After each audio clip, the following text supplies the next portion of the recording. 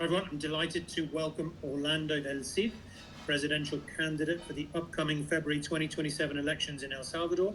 Orlando was born in El Salvador and moved to the United States aged 7, where he grew up in Houston, Texas. As with millions of migrants, Orlando and his family established themselves, believing that hard work, commitment, and sacrifice could lead them to a bright future. And it's in this way that Orlando developed a life in the church, in business, in community service, and now in politics, because of course, as Orlando grew up and matured, he was always fully aware of what was happening back in his home country of El Salvador, which is where his commitment lies now. Welcome, Orlando. Thank you, John. Orlando, maybe we can start with your childhood, your formative years, in what is often described as living in the hyphen, a life between two worlds. How was that experience foundational for Orlando Delcid, the man that we see today? Well, when you're a child, you have a different perspective of things, you know? You don't understand what's going on. Unfortunately, I did know what was going on because we were in a civil war. We would have helicopters flying above our house. So I understood that. My dad immigrated to the U.S. in 1980, so I spent my first 7 years without really seeing him. But there was a lot of situations where you would be scared that children at a very young age were being recruited either to go to the guerrillas or the other ways of getting yourself involved in the war. You know, so at the beginning there was a little fear, but that's my childhood. Other than that, it was a great childhood in El Salvador. I lived in a rural area where our house was basically made out of adobe. I didn't know much, so I was happy with the adobe house. Yeah, no, I can imagine.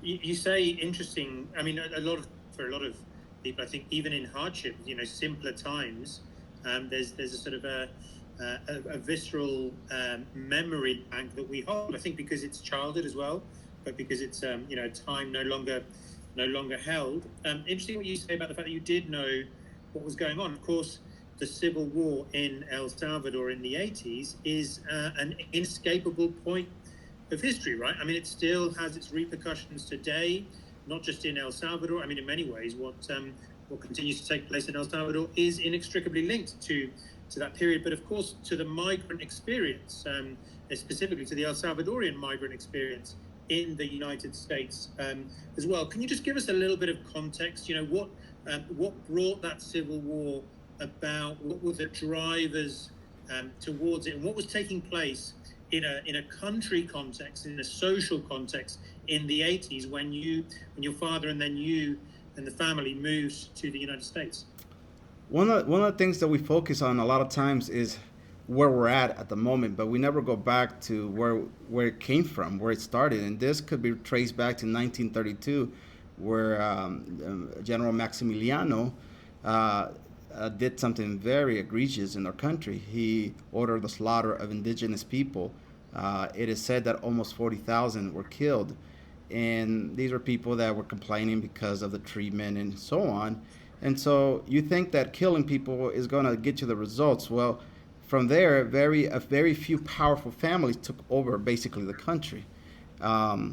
We call them oligarchs nowadays, but they took over the country. And that led to what brewed up to the 1980s, where people got fed up. 1980, the Civil War starts, and this is coming back from way back. You try to solve an issue by eliminating the problem and not really solving the heart of the problem. And so 1980, you got the Civil War. Well, a little beknownst to us, that is now the preface for what came later, because the migrant families that immigrated to the U.S., a lot of people were immigrating for the right reasons, but they found themselves in a situation in the U.S. If you remember, 1993, 94, gangs were the rave. It was an epidemic in the U.S. L.A., Miami, all over the U.S. It was a pandemic, and you had racism that was transpiring in different sectors of the country. So A lot of the kids that immigrated to there found themselves again in another difficult position, joining gangs that later became what we call the epidemic that El Salvador lived. Yeah, of course, and so that driver of fear and horror in the Civil War led, of course, to families like yours moving to the United States, and of course, a lot of them felt, ostracized, fell in with the wrong people, and then you've got this development of El Salvadorian gangs in the United States, which of course had its impact in the country as well, but also then generated almost a sort of a second level of racism towards El Salvador. It seems to me. Orlando, maybe you can speak to this a little bit as well. But we're basically talking about a shared Latin American experience. I mean, a lot of things that you can link across countries. But what took place, continues to take place with El Salvador to some extent. Of course, El Salvador, a really very small country in Central America comparatively, is that a lot of the events were really almost at the arrowhead of these stories, that El Salvador presented a very specific set of circumstances which then continue to sort of play out over the course of the ensuing decades.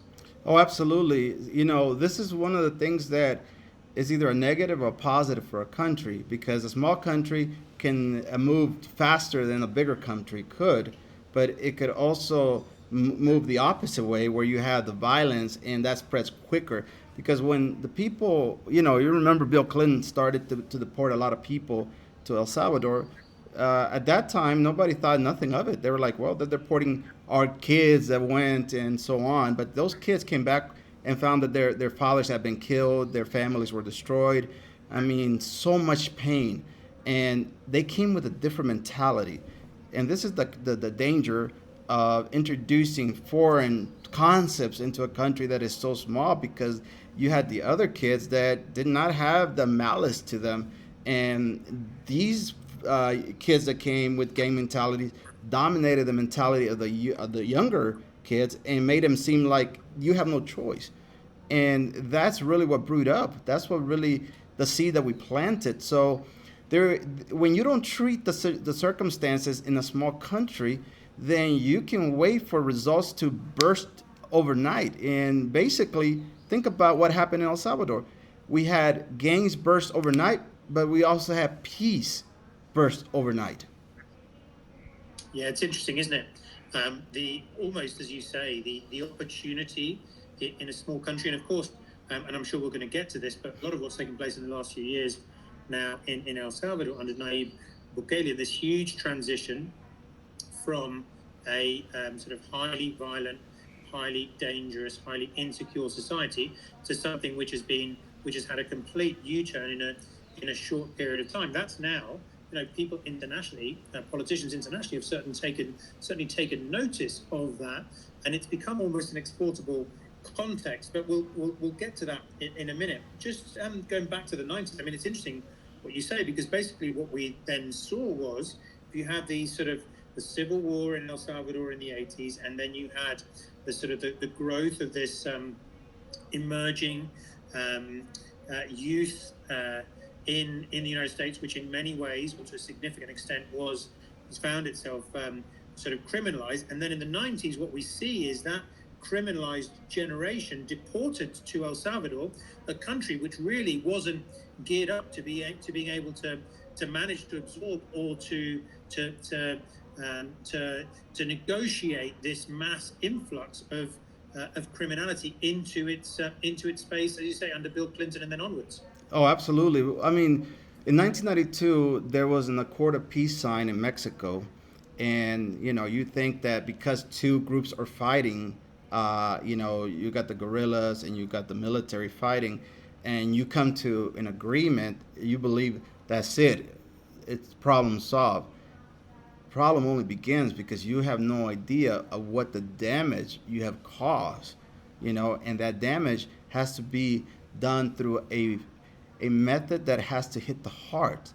And this is why I'm so big on, recognizing our faith in El Salvador, which is a faith in Jesus Christ. Yeah, it's interesting that you say that. I mean, of course, your faith is central to who it is that you are. It is central to you as an individual, to your community, to your politics. And it's one of the things I'm hearing from you, Orlando, which I think is really interesting, is that you're sort of advocating for, of course, for a future, for a horizon for these communities.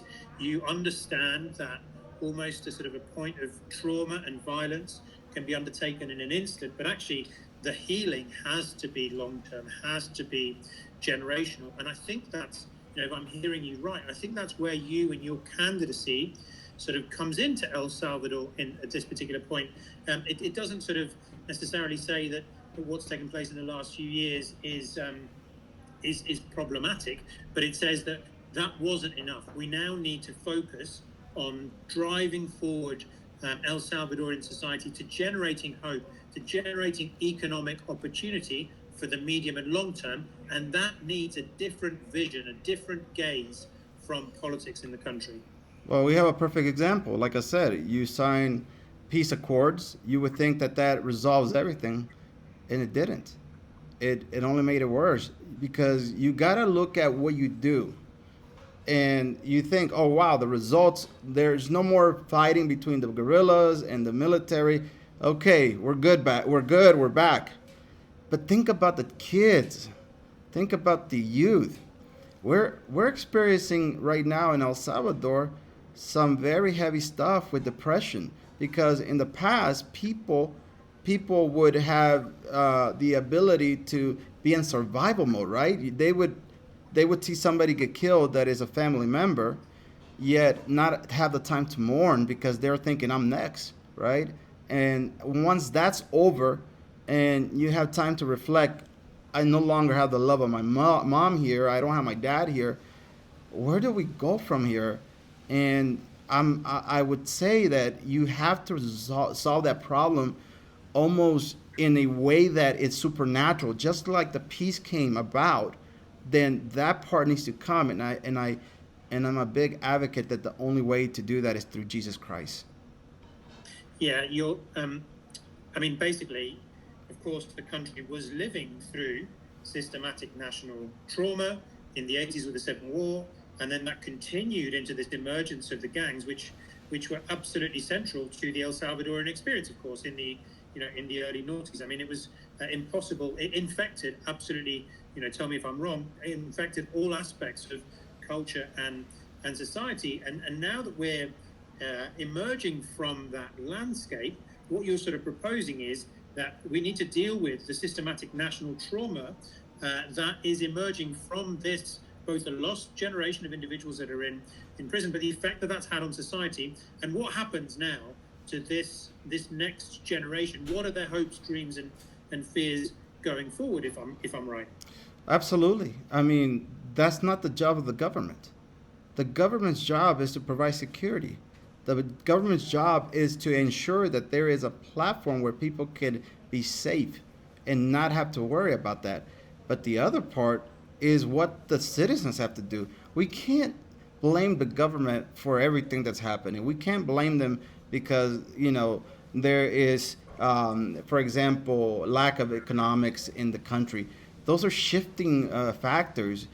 We can't blame them for all of our issues. We have to recognize that we're part of the problem sometimes as well.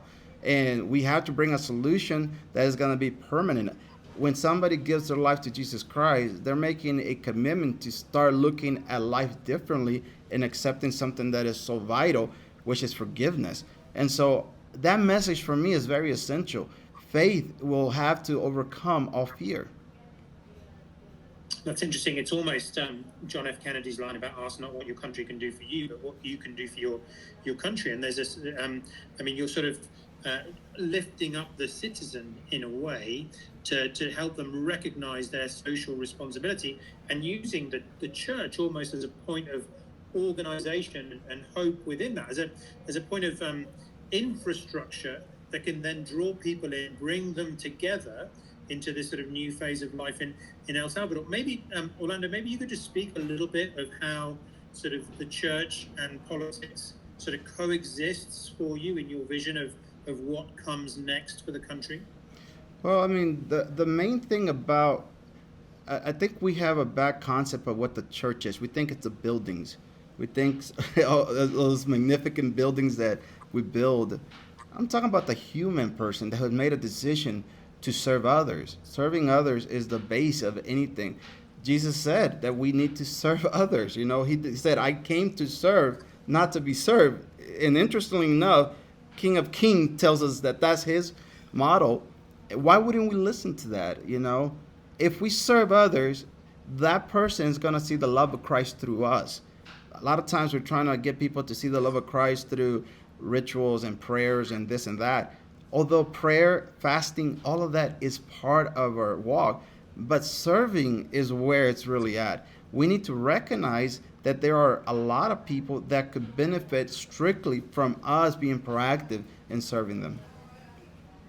Yeah, there's some, and part of your sort of discourse, your political discourse, is that I hear regularly is how the you, of course, as the presidential candidate, and your party, the Fraternidad Patriota Salvadoreña, are sort of engaged in a non-confrontational, sort of hope-filled social politics and advocacy. And it seems to me that that's kind of a very sort of particular needed niche in El Salvadorian politics at this point. Can we just come to, of course, the central figure in El Salvadorian politics? He's been there for a number of years now. He is at the center of this civil, social transformation. We're, of course, talking about President Nayib Bukele, who has utterly transformed the country and is, by any measure, continues to be one of the most popular presidents, most popular elected leaders on the planet, because, of course, El Salvadorians on the ground recognize the change that has been made. Along with that, the sort of the external critiques would be, in particular, and some internal critiques within El Salvador as well, that of course that's had an effect, but it's also led to a reduction in sort of civil liberties, in free speech. Where do you sit in that, and where does your party, the Fraternidad Patriota Salvadoreña, fit within this discourse of social development, of incarceration, of bringing people and gang members to justice, versus, of course, the discussion around sort of civil rights and liberties? Well, first of all, you know, the politics of tearing people down to build yourself up is just not what people want. It doesn't help in making your point. I give credit to President Nayib Bukele for absolutely the hardest decisions he had to make in, you know, implementing, you know, el estado de excepción, as they call it. This was not an easy choice. It was not an easy choice, but I believe it was the right choice. He did something that it is fundamentally has changed the culture of El Salvador. You know, before you had people being raped, extortions, killed.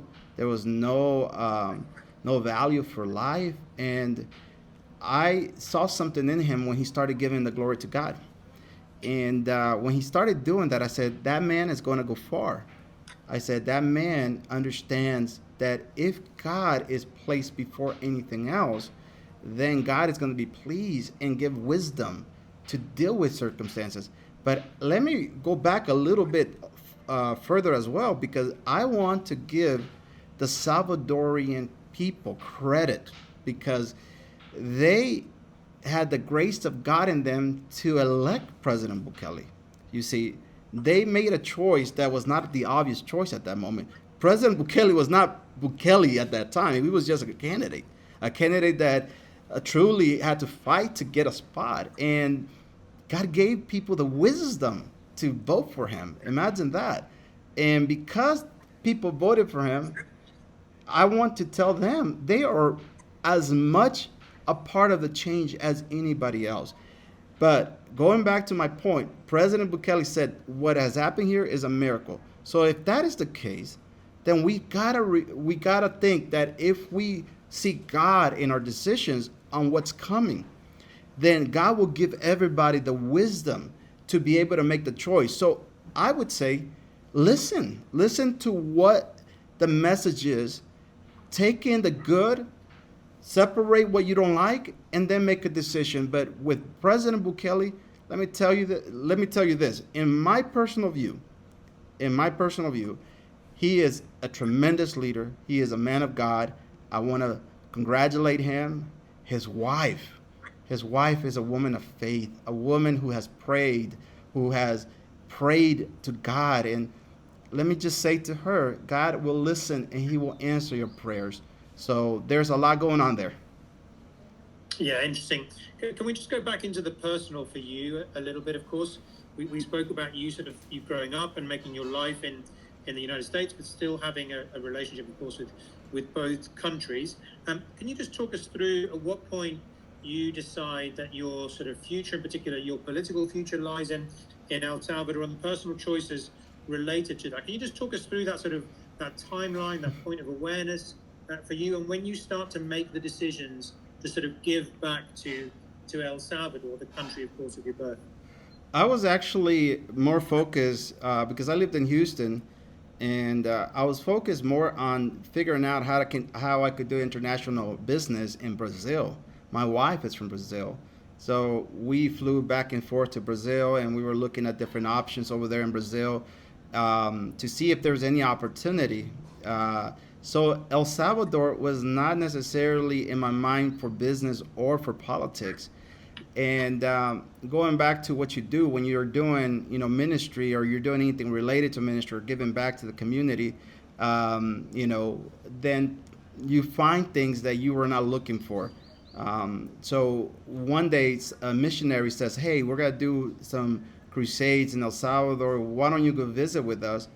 And I said, "Well, since I'm never gonna do crusades myself, well, let me go over there and visit with you." And I came in 2004, in October 2004. And when I came, the pastors kept telling me about the kids, how they're working with kids. But I didn't realize, because I had the mentality of a tourist, somebody that was coming to El Salvador for tourism, right? And us that lived in the U.S. Our mindset is always, where I go, I want to be safe, I want to have beautiful places. But we forget that there's other sides to the country that we have to also take in consideration. So I went out, did a tour with them around the country, seeing all the mission work that was being done. And it was at that point that God placed in my heart that he was going to use me in politics here in El Salvador. And was that an easy, of course, when that becomes clear for you, then I guess you know what the path is, and you follow the path. Oh, absolutely. I made a commitment with God on that October. I said, "Lord, I'm going to go to El Salvador every month. Every month, guide me where you want to take me, show me where you want to show me, open the doors you want to open, close doors that you want to close." And I started going to different departments. I visited all 14 departments, all 44 municipalities. There's 262 districts. I have probably visited close to 140 of those districts. To say the least, that I am very familiar with El Salvador. Yeah, I am. And how does your relationship with Fraternidad Salvadoreña, with the political party that you now are the candidate for, how does that emerge and evolve? I had no idea who they were, to be honest with you. People kept telling me, "Hey, what party are you going to run with?" I said, "Well, I don't know. I don't know yet. I really didn't." And so for me, the natural next step was to think about that. And then I felt led to understand the process. So we started the process of starting a political party in El Salvador called ARCA, Alianza Restauradores para Ciudadanos en Acción. And ARCA is also, in English, is ARC, which goes goes with what I believe in, But as the process went, I went through El Tribunal Supremo Electoral to get it registered. And as I'm doing that, somebody said, "I know somebody that thinks just like you. They're not looking to be confrontational. They are looking to just propose ideas." And as I'm, listening to them, I said to the person that was introducing the idea to me, I said, "I'd like to meet that person." And he got on the phone call with the president of Fraternidad Patriota Salvadoreña, and right on that spot, as I was talking to him, I said, I want to see you. He said, well, I'm in California, Los Angeles. And I said, oh, really? Well, I said, when can I see you? He said, well, he gave me a date when he could see me.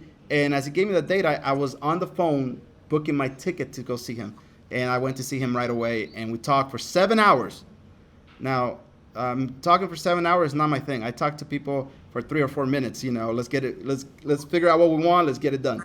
But 7 hours, and he explained to me the whole vision, and that's how we started the relationship. Interesting. And of course, then the rest is. And when was that first meeting, if I can ask? Yes, that was about 2 months ago, I think. Wow, interesting. Yeah, of course. No. I'm sorry. Let me go back. That's about 4 months ago. Okay. Yeah, of course, because now the presidential election is looming large. We're only a few months away ahead of it.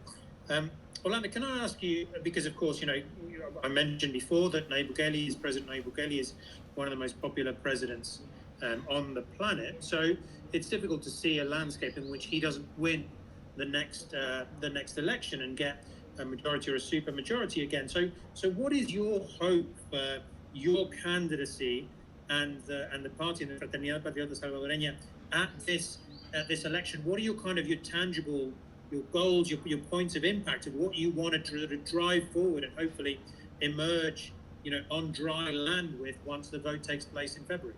Well, let me ask you a question. Who did you think was going to win the World Cup? It's a very good question. I mean, I plumped for either France or Spain. You thought it was France or Spain, right? Spain is, Spain won. But, many people thought that Venezuela was going to win. Many people thought that Portugal was going to win. You never know. And it's the wrong idea not to be involved in something so sacred as an election in your country. This is where great and powerful ideas need to come to the forefront, because God does not put all the ideas in one basket. He distributes the idea throughout the country, throughout the people, and people need to be able to express what is in their heart for the country. And this is why it's important that we don't sit out elections. I remember in the U.S. When Biden won, and the President Biden's administration won, I was shocked. Honestly, I was shocked because I definitely thought President Trump was going to win. And out of nowhere, Biden wins. And I was I'll just say this. I was devastated, to say the least, because I really thought that President Trump needed to continue doing the work he has started at that point. But, elections surprise us. And I believe that it is not for us to determine how the people are going to vote, just to present what is in our heart. Yeah, of course. And I think you make a really good point about the fact that in order for elections, whoever wins, to be valid, for there to be a validity in the process, it needs participation. It needs these voices, all voices, to come to the fore, to share ideas, and it needs sort of a broad participation. And of course, one of the things which we're going to see in this electoral cycle for the first time in living memory is that, of course, the plebiscite it can be free and fair, because people do not fear going to the ballot box. They do not fear going out to vote, which sort of generates an entirely different landscape to one that El Salvador, probably can't remember in living memory. Oh yeah, absolutely. And going back to the FPS question, when I was talking to the president, his name is Oscar Lemos, Licenciado Oscar Lemos. I saw a genuine man.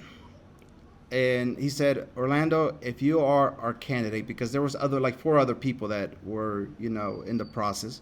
If you become our candidate, I want to have the trust that you're going to do what's right. And I said, I said to them, and I want to have the trust that the party's going to do what's right as well. And I felt that we had a connection, and I want to thank God for him, because his story is powerful. His party was actually canceled in 2018, I believe, and he had to go through the entire process to renew the party in 2022. So he's a man who has a who has a battle in him, and that's something good for us because we inherit that. Yeah, just as regards sort of policies, and of course we're a number of months away, but maybe you could just share some of the, your ideas and the ideas and sort of the policies that are coming forward from the party, from Licenciado Oscar Lemos. I mean, perhaps economically, environmentally, as regards health, security. What would sort of be the main drivers for the party and for your candidacy, if you can distill some of those down for the listeners? Well, talking about security, I come from Texas. Texas is not easy on crime. On the contrary, Texas is one of the few states that have the death penalty. We take law and order very seriously, and I am no exception. I believe that the terrorists and the criminals that terrorize people and that killed so many Salvadorians, raped so many women, and these folks that people say, well, let them out for what?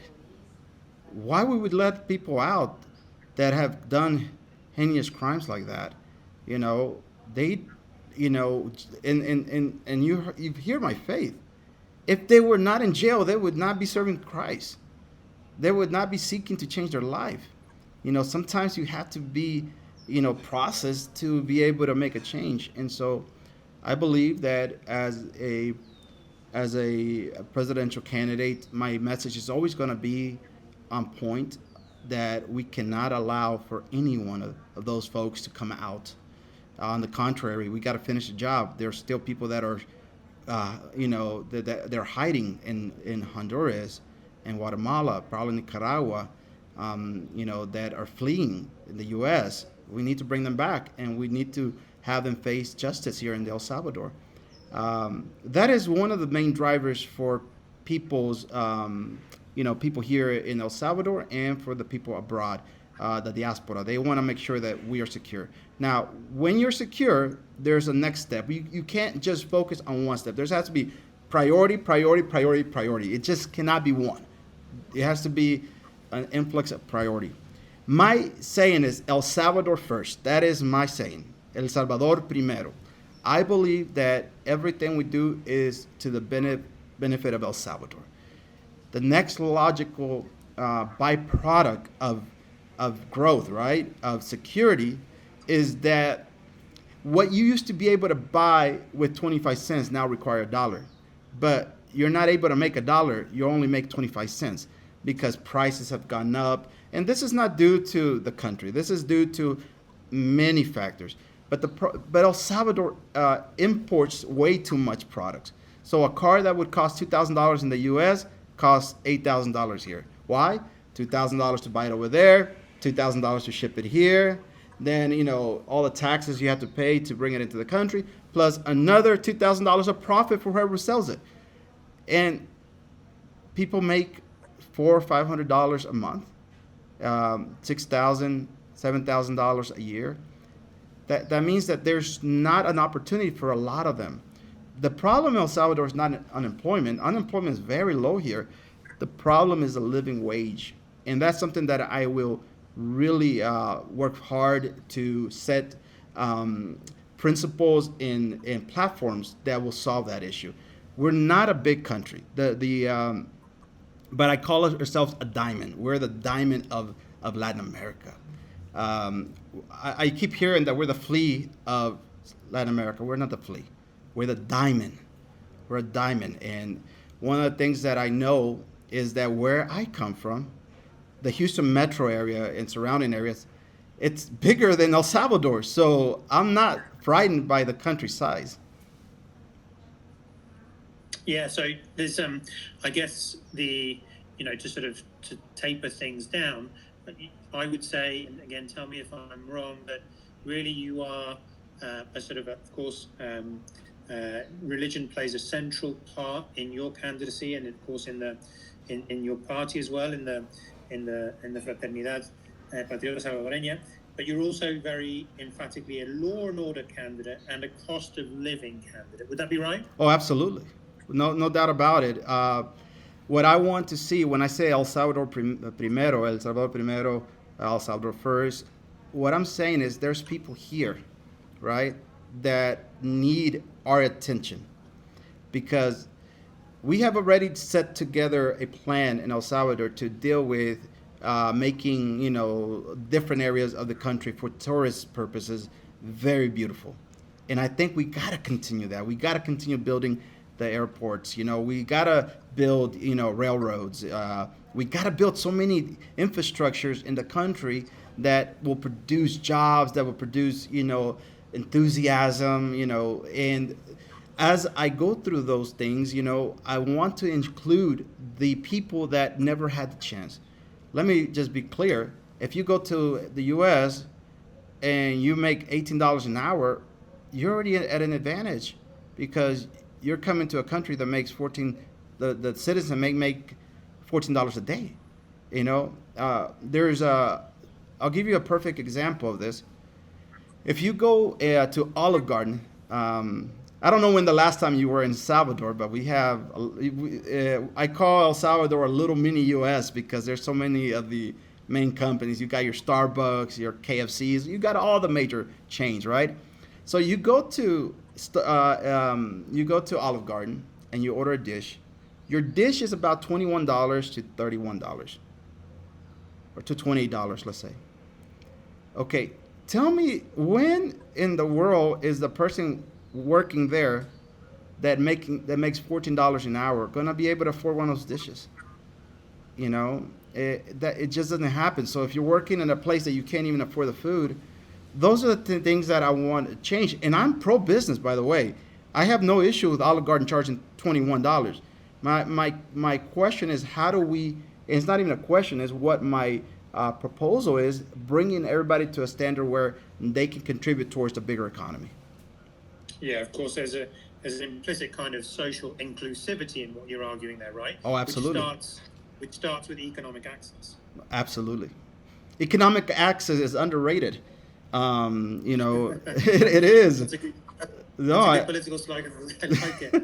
No, absolutely, because I go out to they call them the communities here, las comunidades. Okay, communities are places that don't have a lot of them don't have water, they don't have electricity, or if they have electricity, it's very primitive in the way that it's handled, and they live in homes that are made out of steel, I guess, corrugated sheets, and it's hard to say that, hey, we're gonna make a difference here, because if you fix one problem, that's only one of the, let's say, 200 problems that need to be fixed. So I believe that that's where my expertise comes, that we're not going to be dealing with micro, we're going to be dealing with macro. We have to take a problem and solve in one community and replicate that throughout the country. Yeah, sure. And of course, this is part of your, I guess, what is at the moment getting yourself known across the country, but also listening exercise, right? What does the day-to-day look like for Orlando Delcid at the moment, and what will it look like? How will that change and shift and evolve over the course of the next few months as you get closer to the election? Well, I've been very quiet as I've been here. I haven't talked politics at all because I haven't had interest in building Orlando Delcid up. I think God could do a good job for me on that part. I've been intentionally quiet, listening, and I think it's more appropriate to listen than to speak. If you go to my social media, you're not going to find a single thing about politics, only faith. But this is a different time now where people want to hear what I have to say. I'm an official candidate for a political party. So now you're going to see a lot more of, interviews and, discourses. But I want to also have time to go out and actually look at places that we can solve problems at. I'm not big into rallies and stuff like that. That's not really going to solve the issue that we're trying to solve. We need to propose things that are going to happen as we say they're going to happen. So as I go to different places, I'm going to show the people exactly what I intend to do. Yeah, there's undoubtedly, I think, a humility to your candidacy, Orlando, which of course is rooted in faith, and also sort of stands in stark contrast to how a number of other, not just in El Salvador, but more broadly, to say how the political class generally sort of approach the electorate. Orlando, I want to thank you for your time. We'll no doubt be hearing more from you in the coming weeks and months, and many thanks. That was Orlando Delcid.